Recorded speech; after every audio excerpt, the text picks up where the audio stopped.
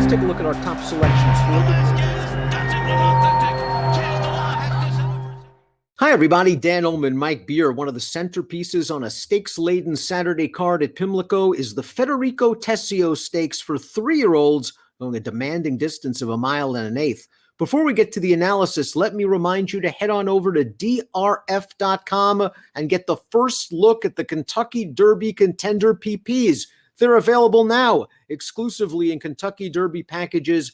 Great deals available on these Contender PPs at DRF.com. Here's the field for the Federico Tesio Stakes. Again, 3-year-olds going 1.1 miles. And Mike, the 8, May the Horse Be With You, 5-2 on the morning line. Going to try 1.1 miles for the first time after finishing an okay second behind Shackled Love in the private terms. Yeah, distance is going to have to be a real question for this horse, Dan. He was even money in that private terms that you just mentioned. That was his first start around 2 turns. I guess all in all, he ran fine. He did earn a new career top buyer, but what was his excuse not to win there? Well, let's take a look at the time form US pace projector for the Tesio. Now, at the outset of this, I would probably disagree, and I would think that Hello Hot Rod stretching out for the first time is going to show speed and make the lead. But I talked to his new trainer earlier this afternoon, Sean Davis, and he's not that excited about having Hello Hot Rod make the lead. So maybe Shackled Love and May the Horse Be With You will be out there again.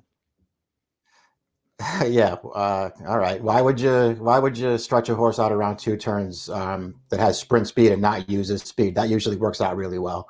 Listen, this horse, Hello Hot Rod, the 5, should be on the front in this race. We'll see if he is. Accelerator, the number 1, is a horse that you're familiar with. Mike Maselli did a very nice job with this horse, ran off 3 consecutive wins. He was claimed by Hugh McMahon, and I thought he ran okay in the private terms, considering that the pace for the most part held up. Yeah, and he did stumble at the start of that race too, Dan. It's a hard race for me to get behind just in general terms. I don't know how much I want any of the horses coming out of the private terms. And then when you watch this horse, I mean, certainly he did stumble at the start, but man, he was working hard from a long way out in that spot. That was also his route debut. He never looked like he was going to get anything. He did eventually stay on pretty gamely, I thought, to get 3rd, but I just wonder if he was passing tired horses at that point.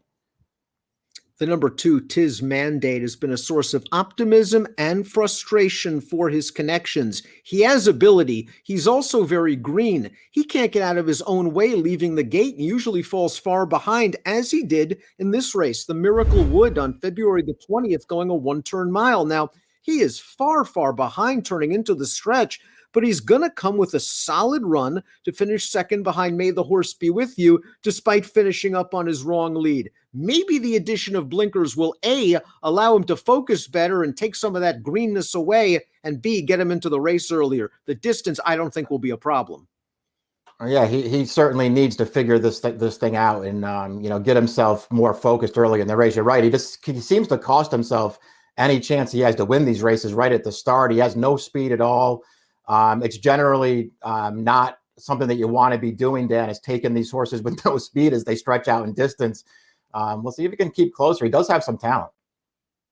The number 3, Royal Number, easily defeated Shackled Love 3 starts back. Now, he had a perfect trip to do it. He saved ground throughout. He shot up through the inside, but then he dominated the group to win with an 81 buyer. Last time in the private terms, it looked like he was traveling really sweetly on the second turn, and then he flattened out. Was it a situation again where maybe the pace just held up and he couldn't make up the needed ground and sprint with the leaders? I mean, I guess if you want to stay positive on this horse, then it's at the morning line price, I guess you could want to stay positive on him because I do think he's good enough to win. But man, it's hard to buy into that scenario you just laid out, Dan. He had a good trip. He got himself with a real look at the 1-2 finishers in the stretch, and he just didn't really have any punch at the end. I thought he was disappointing last time.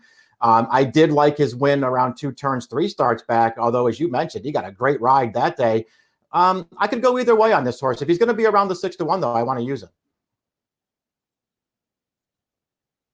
When considering handicapping the races at Pimlico this weekend, you might want to take an extra look at horses shipping in from out of town, because it's been a nightmare training at Laurel and Pimlico the last week or so. Renovations at the main track at Laurel have really affected schedules. There, of course, was the virus quarantine a few weeks ago. So the number 4, the Reds, might have a little bit of an advantage shipping in from Belmont for John Kimmel. This horse wants the distance. That's a big handicapping factor in this race, and he ran okay in a tough Gotham last time. Yeah, I agree with you. I thought he did run okay in a tough Gotham last time. That's his career best figure. I mean, I think you could argue that the 2 best races he's run to this point are his 2 9-furlong efforts, including the maiden win 2 starts back. I realize it didn't come back a fast race, Dan, but he just sat last behind a really slow pace, and he always looked like he was going to win that race. And let's watch that race right now, Mike, because he really draws away as a horse that should appreciate the 1 1/8. We see him now in second place. He's going to roll right by this horse and drive on by. And then in the Gotham, he improved his Beyer speed figure 15 points. He certainly seems like he's going the right way and looks adaptable from a pace standpoint. Distance is going to be the key for the 5 Hello Hot Rod, who won 3 consecutive races for his prior connections and then sold for $335,000 at public auction. Let's watch the Jimmy Winkfield sprinting at Aqueduct on January the 31st. It was a short field, and he got a great ride from Trevor McCarthy. You see that half-mile split in a 7-furlong race, 48 seconds flat. Hello Hot Rod has enough to hold on. Yeah, this race right here, he runs fine in here too, Dan. This isn't going to give you a lot of confidence, though, that this horse is going to stretch out effectively. The pace was slow. He had all the best of it here, and he's basically life and death to hold on here. It makes me wonder how far he wants to go. I do think he's pretty talented, though. Again, man, if he was my horse, I would tell my rider to put him right on the front. Pedigree also makes you wonder about the distance. He is a half to Hello Beautiful, who's one of the Mid-Atlantic's better sprinters. The number 6 is Zertz, who destroyed them sprinting at Penn National 2 starts back, and then very surprisingly in the private terms, didn't make any attempt to go for the early lead and paid the price.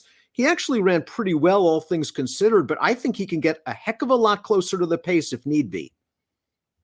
Yeah, he should be closer to the pace. He did take a little bit of a bump there into the first turn of that private terms, Dan. After that, his rider just took him back to last. He was racing on at the end. He was just never a real factor in that race. I got to believe he can do better than that. Let's watch the private terms now, where Shackled Love pulled off the upset on May the Horse Be With You. Both horses up close to the pace throughout, and turning into the stretch, Shackled Love is finally going to forge to a short lead, and he's going to hold on. This horse is improved with Lasix. I had a chance to talk to Gary Capuano early today, and he was very honest. He said the training situation has really affected Shackled Love. He's missed a few works with this horse, and he is a bit concerned about having him ready to go 1 1/8. That's interesting. That's an interesting thing to note. Listen, this horse obviously took a step forward in winning the private terms last time, Dan. It's a hard race for me personally to just get behind, because, you know, he and May the Horse Be With You just sort of went 1-2 around the track, and nobody else really did anything. I don't really want to knock this horse too much for getting the job done last time. That was a pretty solid effort for this horse.